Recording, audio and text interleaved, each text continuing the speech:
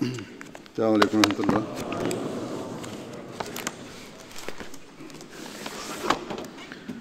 أشهد أن لا إله إلا الله وحده لا شريك له وأشهد أن محمدا عبده ورسوله. أما بعد فأعوذ بالله من الشيطان الرجيم. بسم الله الرحمن الرحيم. الحمد لله رب العالمين الرحمن الرحيم مالك يوم الدين. إياك نعبد وإياك نستعين. اهدنا الصراط المستقيم صراط الذين أنعمت عليهم غير المغضوب عليهم ولا الضالين.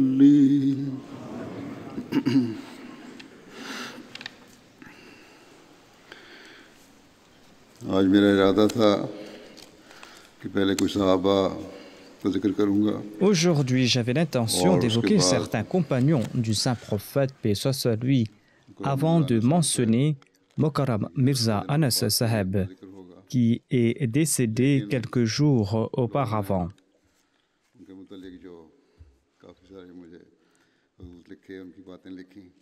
Or, ayant reçu beaucoup de lettres à son sujet, j'ai préféré mentionner le défunt dans le sermon d'aujourd'hui. Mirza Anas Saheb était le fils aîné du troisième calife. Il a rendu l'âme quelques jours auparavant à l'âge de 81 ans. Inna lillahi wa inna ilayhi raji'un. C'est à Allah que nous appartenons et c'est à lui que nous retournerons. Le défunt était l'aîné des petits-fils de Hazrat Muslim Maud radhiyallahu anhu. Il était aussi le petit-fils de Nawab Mubaraka Begum Sahiba et de Nawab Muhammad Ali Khan Saheb. De ce fait, il était aussi mon cousin maternel.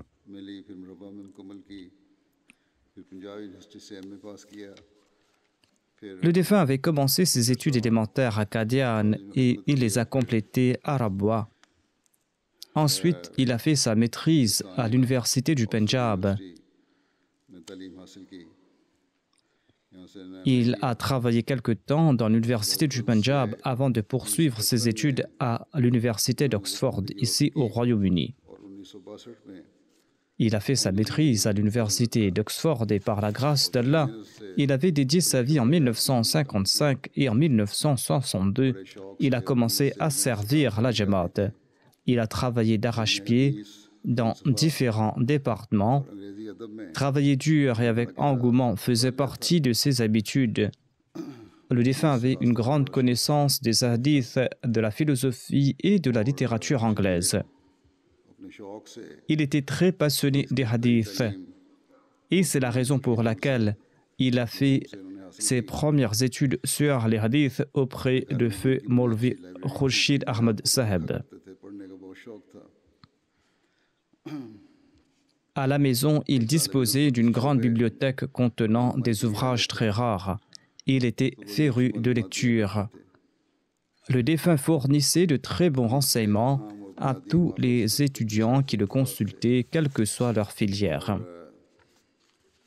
Il disposait des recueils de hadith les plus importants et les plus originaux. Il avait collecté ses ouvrages de différentes librairies.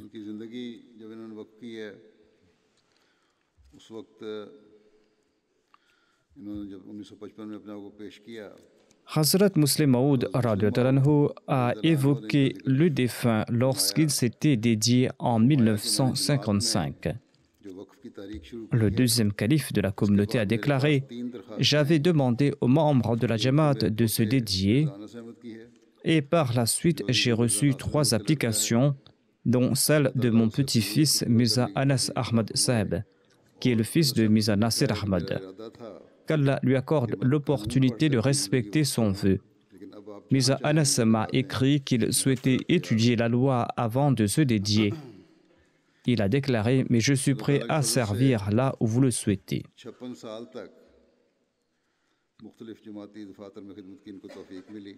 Par la grâce d'Allah, le défunt a servi pendant 56 ans dans différents départements de la Jamaat. Il a été affecté comme professeur au tout début à la Talimul Islam College. En 1975, il a été nommé Naib Nazir Islah Irshad, ensuite Additional Nazir Islah Irshad. Il a servi en tant que secrétaire privé du 3e calife et secrétaire privé du 4e calife lors de sa première tournée en Europe. Le défunt a aussi servi en tant qu'administrateur de la Jamia Ahmadiyya. Il a aussi servi comme Nazir Talim pour quelques années. Le défunt a aussi occupé le poste de l'adjoint au Nazir Diwan, ainsi que le poste de Wakilut Tasnif au sein de la Tahrik Jadid. Il occupait le poste de Wakilut Tasnif jusqu'en 1999. Ensuite, il a été nommé Wakilul Ishat.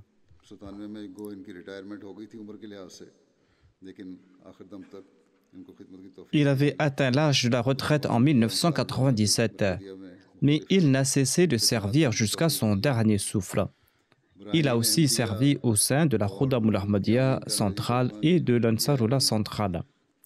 Il a traduit les ouvrages Brahini Ahmadiyya et Mahmoud Kamin en langue anglaise. Ces 2 ouvrages ont d'ores et déjà été publiés. Il travaillait sur la révision de la traduction anglaise des ouvrages Surma Chashma Arya, Izala Yawham et Durithamin. Lorsque nos écoles ont été nationalisées, la Jamaat a ouvert ses propres écoles sous l'égide de la Nasir Foundation. Le défunt a occupé le poste de président de cette fondation. Il a été membre de la Majlis Ifta et membre du comité de la Noor Foundation qui a été institué afin de publier au sein de la Jamaat les recueils de hadith, ainsi que leurs traductions et les commentaires. Le défunt traduisait en langue ourdou le recueil de hadith Musnad Ahmad bin Hanbal.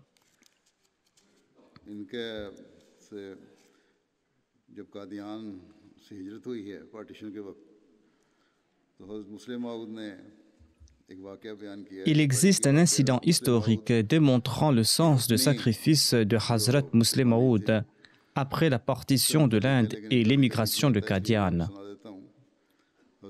Étant donné que Mirza Anas Saheb est aussi concerné, je vous le présente. Hazrat Muslim Maud raconte « Quand nous sommes venus de Qadian, j'ai informé les membres de ma famille qu'ils recevront la même quantité de nourriture de la cuisine communale que les autres. Étant donné que la situation était difficile, la nourriture était rationnée. Le 2e calife a déclaré en raison des difficultés financières, j'avais prescrit que chaque individu, ainsi que les membres de ma famille, recevront un seul pain par personne. Un jour, mon petit-fils, Mirza Anas, est venu me voir les yeux en larmes et il m'a dit qu'un seul pain n'apaisait pas sa faim. Mais moi, je lui ai dit que j'allais l'offrir qu'un seul pain et pas plus. Étant donné qu'un pain ne lui suffisait pas, j'ai décidé de lui offrir la moitié de la mienne. Ainsi, je me contentais d'une moitié et lui d'un pain et demi, a déclaré Hazrat Muslim Maud.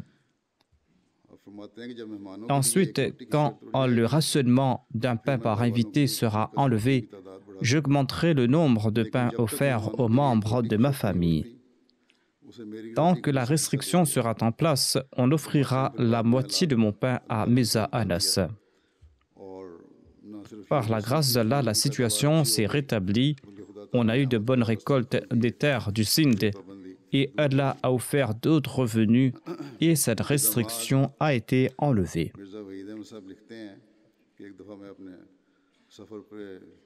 Mirza Wahid Ahmad Saheb, le gendre du défunt, relate: Je partais un jour pour Bukhara et Samarkand.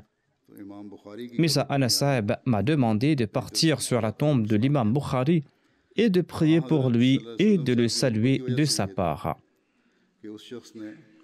C'était là une expression de son amour pour le saint prophète Mohammed, paix soit lui, car l'imam Bukhari avait réuni tout un trésor des dires du saint prophète et des incidents de sa vie. Il a réuni tout cela des centaines d'années auparavant et nous les a transmis. Il mérite ainsi nos prières et qu'on lui transmet nos salutations. Le docteur Nouri Saheb raconte: J'ai eu l'occasion d'observer le défunt pour une longue durée. Il complétait avec dévotion, avec amour et avec enthousiasme toute tâche qu'on le confiait. En dépit de sa faiblesse, en dépit de sa maladie, je l'ai vu travailler sur la traduction des ouvrages du Messie premier l'Islam sur son ordinateur portable à l'hôpital. Il tapait pendant des heures sur son ordinateur. Son compagnon se tenait à côté de lui avec les références tirées du Saint-Coran et des ouvrages du Messie premier l'Islam. Il disait que son unique souhait était de compléter avec l'aide d'Allah la tâche que lui avait confiée le calife de l'heure. Le docteur Nouri ajoute que la mémoire du défunt était phénoménale. Il évoquait avec une grande passion et de manière très belle les hadiths ainsi que les incidents tirés de la vie du Messie premier l'Islam et des califes. Il le faisait avec une si grande passion et de manière si belle qu'il faisait fondre le cœur de l'auditoire. Il avait les yeux en larmes quand il en faisait mention et sa voix était émue. Le défunt était aussi imbu d'une grande patience et d'une grande détermination face à toute crise. Il endurait patiemment toute contrainte. En raison de sa maladie, il ne pouvait même pas porter une tasse ni changer de position sur le lit. Mais en dépit de cela, il n'a pas cessé de travailler. Il l'a fait avec passion, avec un grand sens de responsabilité. Il ne s'était jamais plaint et il était toujours satisfait du décret d'Allah. Le docteur Nouri déclare que le défunt souriait à chaque visiteur. C'était là une de ses plus grandes qualités. Il est venu me rencontrer un jour avant d'être admis à la Tahir Heart Institute. Une grande souffrance se lisait sur son visage en raison de sa maladie. Or, en dépit de cela, il souriait et il a déclaré: Je crois que ma fin est proche et que je pars rencontrer mon Seigneur. Le docteur Nouri ajoute que le défunt était imbu d'une grande reconnaissance. À 2 reprises, avec une grande bienveillance, il m'a dit ceci: Jamais je ne pourrai vous retourner la sincérité et la compassion avec lesquelles vous m'avez traité. Et en signe de reconnaissance, il a offert au docteur Nouri un journal dans lequel le 3e calife consignait ses rêves, ainsi qu'un manteau qui appartenait au 3e calife. Le défunt a aussi fait montre de bienveillance à l'égard du personnel médical.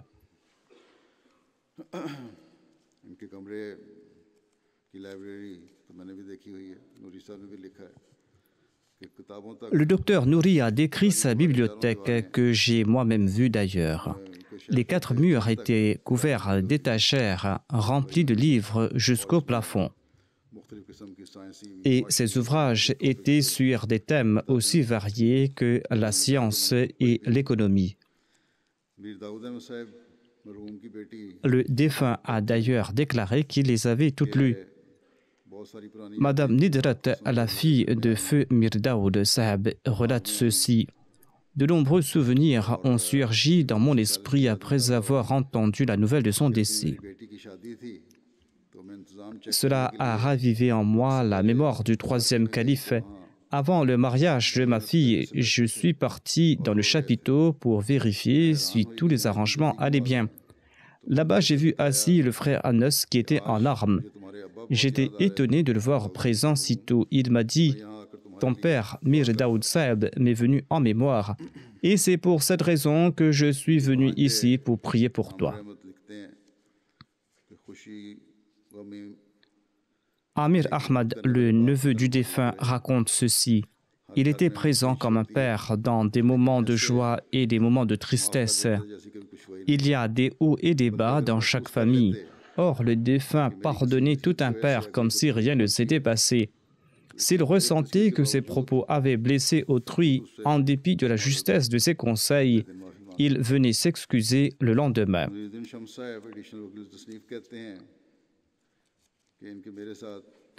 Muniruddin Sham Saheb, l'additionnel Wakil Tasnif, écrit ceci. J'ai eu plusieurs sessions avec le défunt. Il a toujours fait preuve de compassion et de bienveillance. En dépit du fait qu'il était bien plus âgé que moi, jamais il ne l'a laissé transparaître, ni n'a-t-il fait montre de son savoir. Muniruddin Shams ajoute, il a toujours offert son soutien, il a toujours coopéré et m'a guidé quand nous avons travaillé ensemble sur différents ouvrages. Il a complété diligemment et passionnément toute tâche qu'on l'avait confiée. Au contraire, il exigeait plus de travail afin qu'il puisse travailler davantage durant sa maladie. Il faisait montre d'une grande sincérité et d'un grand dévouement à l'égard du califat. Il demandait qu'on salue le calife de sa part. Et il demandait si jamais le calife n'était pas en colère contre lui. Il était toujours inquiet de s'attirer le déplaisir du calife. En dépit de sa maladie, le défunt complétait joyeusement et dans les plus brefs délais toute tâche confiée par le calife. Le défunt a rendu de grands services dans le cadre de la traduction de certains ouvrages du Messie premier l'Islam. Il a fait une très bonne traduction de certaines parties de l'ouvrage Ibrahim Ahmadiyya. Notre équipe a aussi tenu en compte son point de vue quand nous avons finalisé la traduction de cet ouvrage. Quand le Wakil Tasnif lui transmettait des directives du calife et qu'on lui demandait son opinion, eh bien, le défunt présentait des avis bien étayés. Ainsi donc, le défunt était un grand érudit que la Jamaat a perdu. Qu'Allah fasse naître d'autres érudits de sa catégorie. Shamsab et d'autres missionnaires ont écrit que le défunt avait un grand respect pour les missionnaires et il leur présentait ses conseils avisés.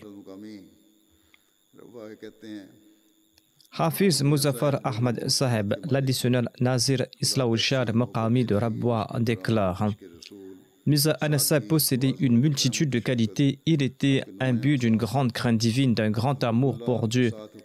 Il avait un grand amour pour le Coran et pour le saint prophète Mohammed lui. Il était simple et humble, doux et bienveillant.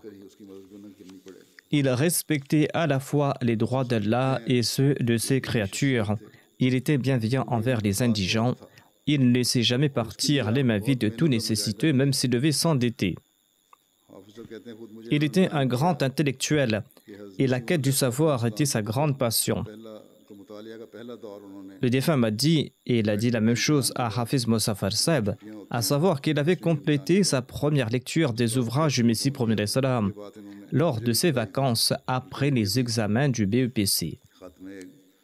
Il m'avait informé donc qu'il avait complété cette première lecture à l'âge de 15 ou 16 ans.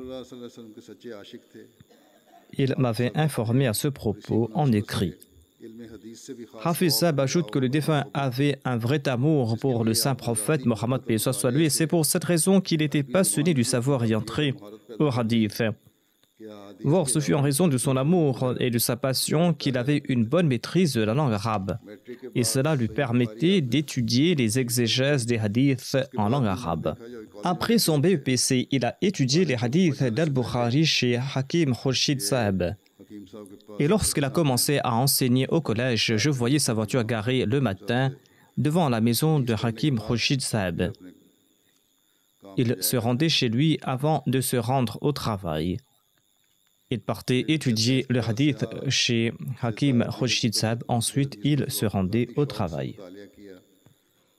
Hafiz Saheb ajoute, par engouement, il a commencé à étudier d'autres recueils du Hissi Hassita et des hadiths par la suite. Il a demeuré un étudiant jusqu'à la fin. Il avait collecté un précieux trésor de livres de hadith dans sa bibliothèque. Il s'y trouve des ouvrages très utiles et rares. Sa bibliothèque est donc unique. Le défunt était passionné de tout savoir ayant trait au hadith et il disposait d'ouvrages sur l'authenticité des narrateurs ainsi que sur les principes des hadiths. Il faisait des études poussées et il en faisait mention lors de ses conversations.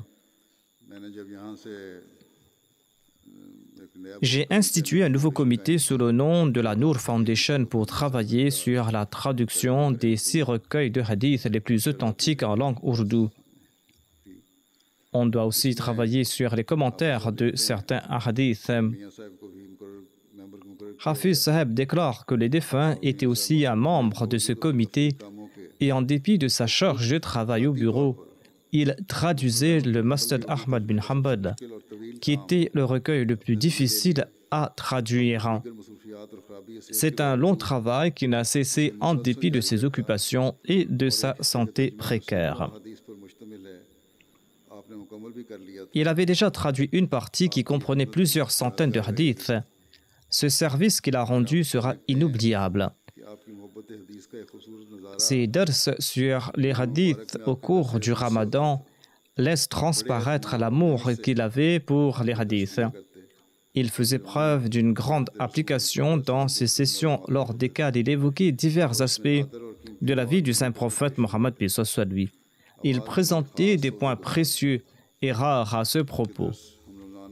Sa voix était empreinte d'une émotion particulière lors de ces sessions. Ces dars du Ramadan que nous avions l'habitude de suivre étaient empreints d'un cachet d'une passion particulière. Ses propos étaient captivants et l'on croyait vivre pour quelque temps à l'époque des tout premiers musulmans lorsqu'on l'écoutait.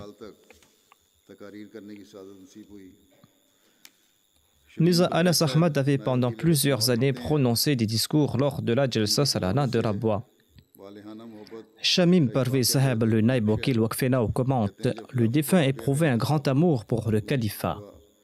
Un incident à ce propos reste gravé dans ma mémoire. Au moment de l'élection du 4e calife, j'étais le caïd du district de Jang et j'étais de faction à l'extérieur de la niche de la mosquée Moubarak. Dès que nous avons entendu la nouvelle de l'élection de feu le 4e calife, eh bien, Mirza Anas Saheb, le défunt, est tombé en prosternation sur le sol en briques. Et cela en dépit de la chaleur torride du mois de juin.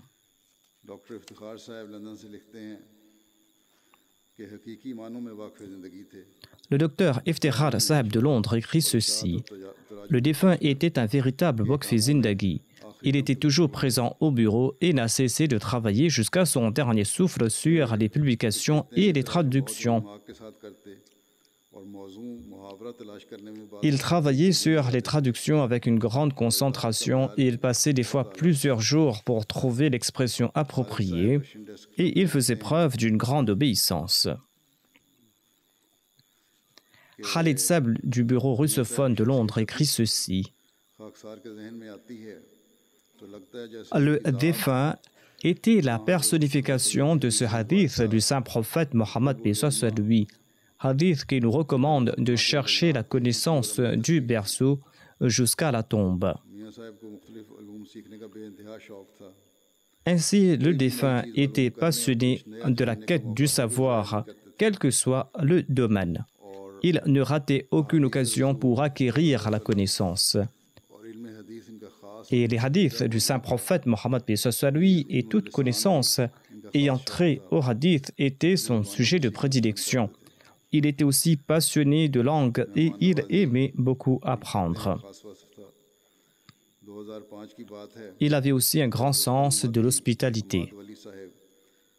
En 2005, M. Rostam Hamad Wali, le président de la Jamaat de la Russie, qui est aussi un muallim, s'était rendu à Rabwa dans le cadre de la préparation du Saint-Coran en langue russe. J'ai eu l'occasion de travailler avec celui-ci, comme Khalid Saheb. Rostam Saheb logeait ces temps-là dans les résidences du Tahrik-e-Jadid. Un jour, ce dont Rostam Saheb avait l'habitude de consommer est venu à manquer. Mia Anas l'a su et il m'a fait venir sur le champ. Et il m'a dit que Rostam Saheb est notre invité de marque et nous devons lui être aux petits soins. C'est là notre premier devoir. Il a ensuite fait sortir de l'argent de sa poche et il m'a demandé d'apporter l'aliment concerné en ajoutant de l'informer si jamais on avait besoin de quelque chose d'autre pour cet invité. Je l'ai informé que le nécessaire a été fait et que le produit concerné était disponible. Par la suite, il me demandait régulièrement si tout allait bien. Mohammad Saleh, missionnaire de la Birmanie, relate ceci. Il dit Munir Ahmed du Sri Lanka étudiait à la Jamia de Rabwa et un incident l'avait fort touché. Aujourd'hui, Munir Ahmed Saheb travaille comme missionnaire au Sri Lanka. Lorsqu'il était étudiant, il était tombé gravement malade.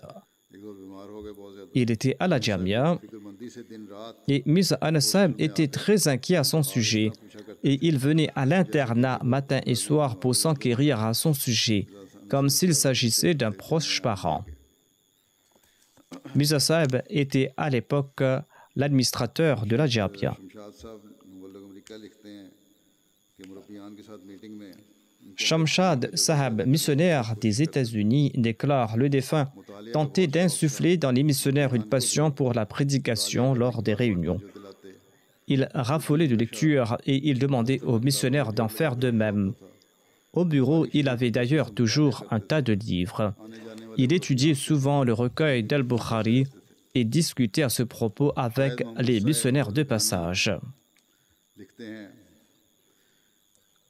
Shahid Mahmoud Saheb, qui est missionnaire au Ghana, déclare « J'ai travaillé avec Mirza Anas Saheb pendant plus de 12 ans au sein de la Wakalat-e-Shat sur la version anglaise du mensuel Tahrik-e-Jadid. J'ai appris beaucoup de choses du défunt. Il débordait d'amour pour le Messie premier d'Islam et pour le califat, et il avait aussi un très grand sens de l'obéissance.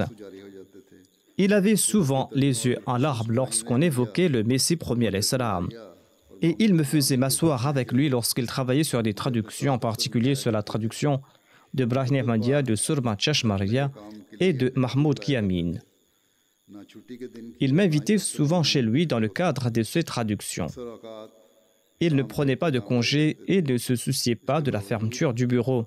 Il travaillait jusqu'à tard dans la soirée tout en faisant preuve de la plus grande hospitalité envers moi.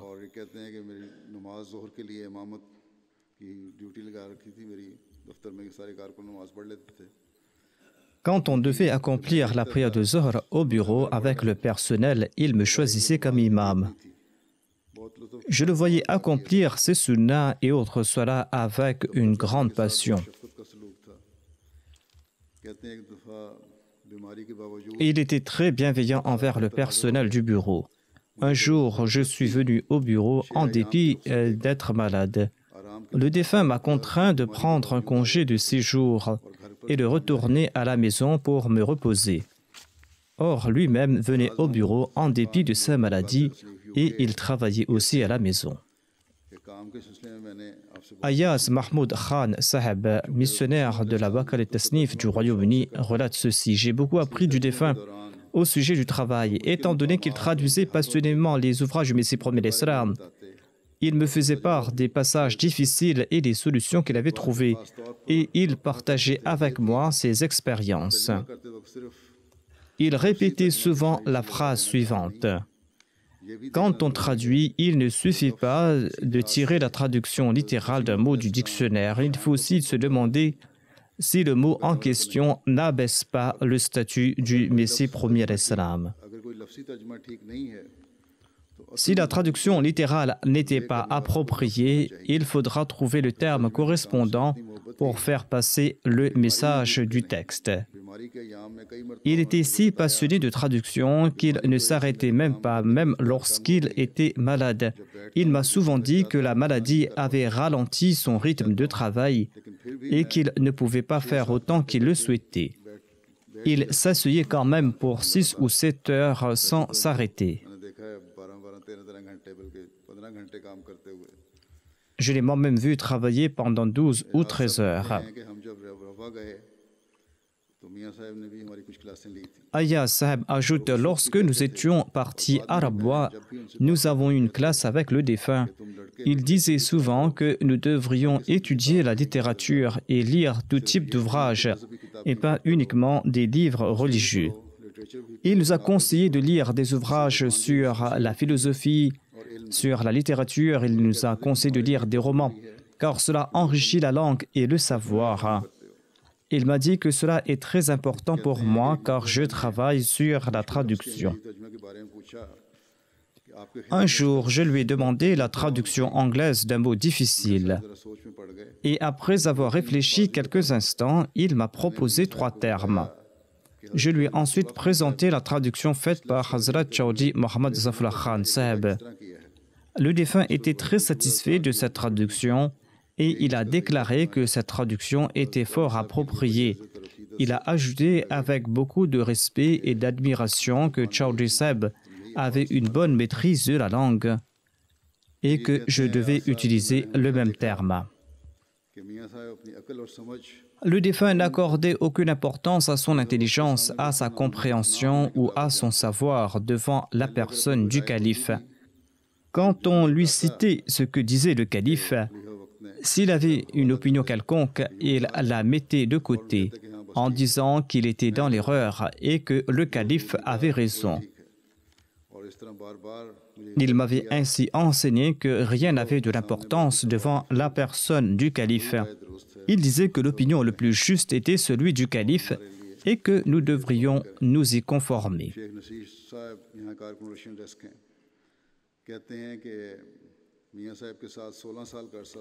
Cheikh Nassir, employé du bureau russophone, relate « J'ai passé 16 ans à la Wakalat-i-Shat avec Mirza Anas Saheb.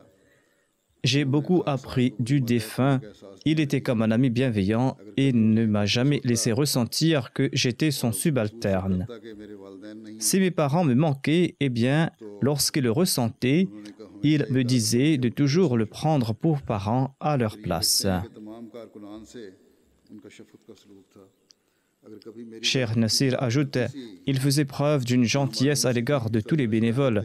Si jamais il haussait légèrement le ton lorsque je commettais une erreur, eh bien, il s'en souvenait le lendemain et il me demandait pardon pour cela. Je lui répondais, Mian Saheb, je ne m'étais même pas rendu compte que vous aviez haussé le ton.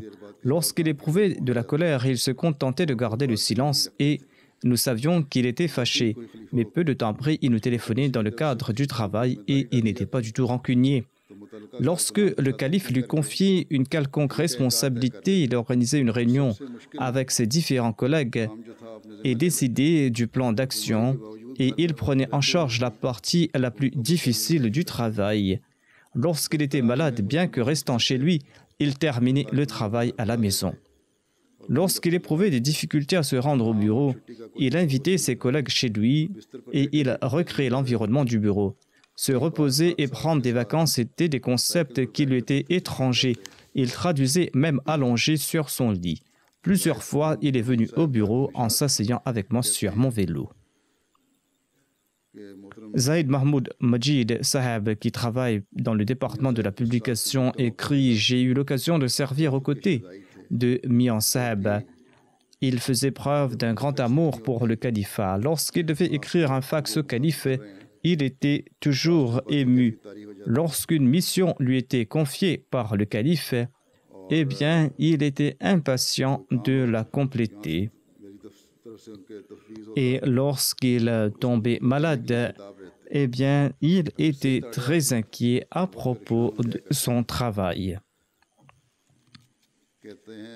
Mahmoud Majid Saheb continue que j'avais des calculs rénaux pour lesquels je m'étais fait opérer à l'hôpital Fazl Omar.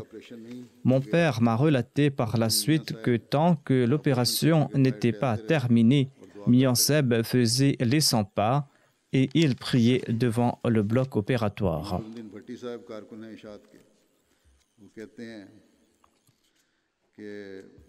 Mohammeduddin Bhatti Saheb, qui travaille dans le département de la publication, écrit ceci. J'ai eu l'occasion de travailler avec le défunt depuis 1995 jusqu'à son décès. Feu Mian Saheb se comportait avec ses subalternes avec une grande courtoisie. À chaque fois qu'il m'appelait dans le cadre du travail, il me demandait de prendre une chaise et de m'asseoir avant de discuter. Chaque fois qu'il lui arrivait de se fâcher avec l'un de ses subordonnés, il faisait preuve d'une gentillesse dans la foulée. Et parfois, il allait jusqu'à demander pardon. Une fois, dit-il, Mian Saheb m'a demandé de faire une tâche, mais j'ai refusé. Bien que j'étais fautif, il ne m'a pas tenu rigueur. Il m'avait fait juste remarquer que je n'aurais pas dû refuser. Il ajoute que je souffrais du genou et je ne pouvais pas arriver à l'heure au bureau parce que je souffrais. Et quand je venais en retard, cela était stipulé sur la feuille de présence. Et lorsque quelques retards s'accumulent, ils sont transformés en absence. Mais Mian Saheb a demandé en personne au Wakil e Allah de ne pas comptabiliser mes retards, car j'avais des douleurs.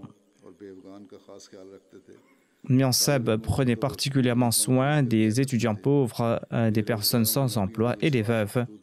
Il offrait des livres et des uniformes aux étudiants et il écrivait des lettres de recommandation pour les chômeurs. Ahsanullah Saheb, missionnaire affecté au Ghana, écrit ceci.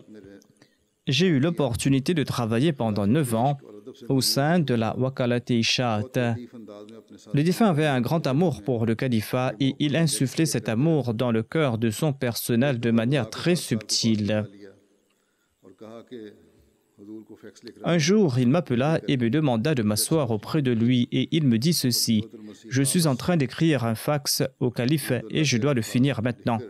Il commença à écrire le fax. Pendant quelques minutes, il garda ses yeux rivés sur les mots « le 5e calife » qu'il était en train d'écrire. Ensuite, avec beaucoup d'émotion, il a fait part de certains récits ayant trait au califat. Le défunt faisait preuve d'une grande gentillesse envers ses subordonnés. Il ne laissait personne se mettre debout devant lui. Même lorsqu'il était très malade et faible, il était de bonne humeur. Si jamais il réprimandait quelqu'un un jour, il lui remontait le moral pendant les 2 jours suivants, au point où l'on était embarrassé, tandis qu'il montait que parfois légèrement le ton. Il n'a jamais utilisé de mots durs ni de paroles blessantes. Lorsqu'au bureau, il voyait quelqu'un faire preuve de sévérité envers un autre, il faisait part de son déplaisir pour ce genre de comportement. Mohammad Talha Saheb, enseignant de hadith à la Jamia dans le département de la spécialisation, écrit ceci. Lors de ma spécialisation, pendant près d'1 an, Sayyid Farid Saheb, qui est missionnaire, et moi-même, nous avons eu l'opportunité d'étudier les hadiths avec le défunt. En dépit de toutes ses responsabilités et de sa santé fragile, il faisait de son mieux pour ne pas rater un seul jour de cours de hadith. Une fois, il n'a pas pu venir au bureau car il était malade et il nous a appelés chez lui pour nous enseigner. Asif Ouès, missionnaire travaillant dans le département Ishaat, écrit ceci. J'ai été affecté quelques mois de cela dans le département Ishaat. Ces quelques mois font partie des moments les plus mémorables de ma vie. Le défunt faisait toujours preuve d'une extrême gentillesse à mon égard. Bien que nous avions 55 ans de différence d'âge, lorsque nous étions ensemble, cette différence n'était même pas visible. Nous avions des discussions formidables. Il plaisantait souvent pour alléger l'atmosphère. Il m'avait confié le travail au sujet du livre Musnad Ahmad bin Hanbal qu'il avait traduit.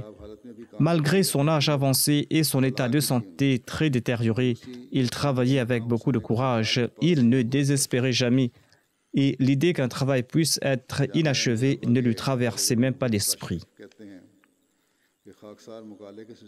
Un étudiant de la Jamia de Rabwa, Mohamed Kashif, écrit ceci: Je me suis présenté à de nombreuses reprises auprès du défunt dans le cadre de ma thèse sur les secrétaires privés des califes de l'Ahmadiyya. Par la grâce d'Allah, il m'a offert de son temps avec beaucoup d'amour.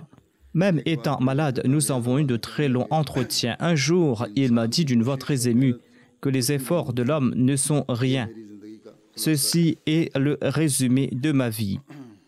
Tout ce que nous accomplissons dépend en fait de la grâce d'Allah et tout est lié au califat.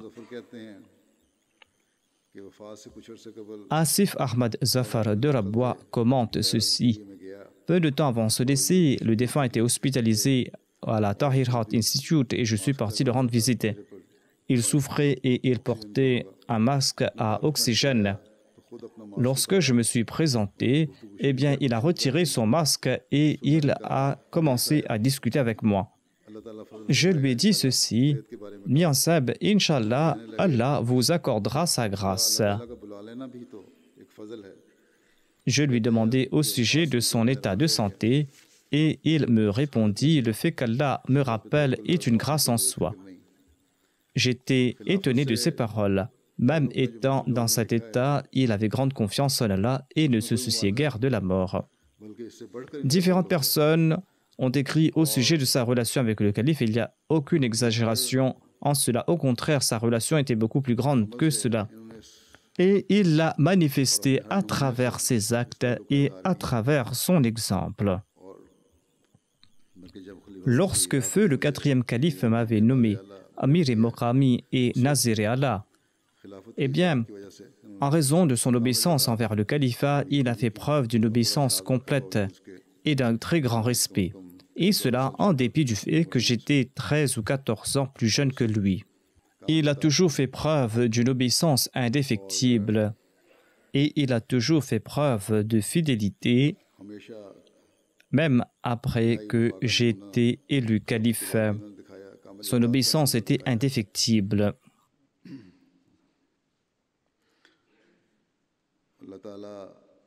Qu'Allah fasse preuve de miséricorde et de pardon à son égard et qu'il accomplisse son souhait qu'il avait mentionné, celui d'être récipiendaire de la grâce divine. Qu'Allah le compte parmi ses bien-aimés et qu'il permette également à ses enfants de faire preuve de sincérité à l'égard du califat.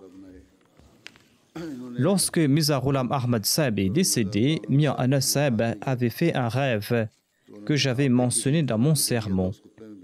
Il m'avait écrit ceci: avant-hier, la nuit, lorsque Mian Sahib est décédé, environ à la même heure, j'ai vu dans un songe que notre frère Khurshid et Mian Ahmad sont partis à la rencontre d'Allah l'exalté et qu'ils sont en train de rencontrer le saint prophète sallallahu alayhi wa sallam et le Messie premier alayhi salam. Et j'ai souhaité qu'Allah fasse que je puisse les rencontrer aussi. Et j'ai fait cette requête à Allah: oh Allah, accorde-moi ta proximité. Sur ce, Allah l'exalté répondit: avance donc. Ainsi, Allah l'exalté lui donna une place auprès de lui. Allah lui avait déjà donné la bonne nouvelle de son pardon et de sa miséricorde. Qu'Allah l'exalté exalte son rang continuellement et qu'il permette également à ses enfants de faire preuve de piété.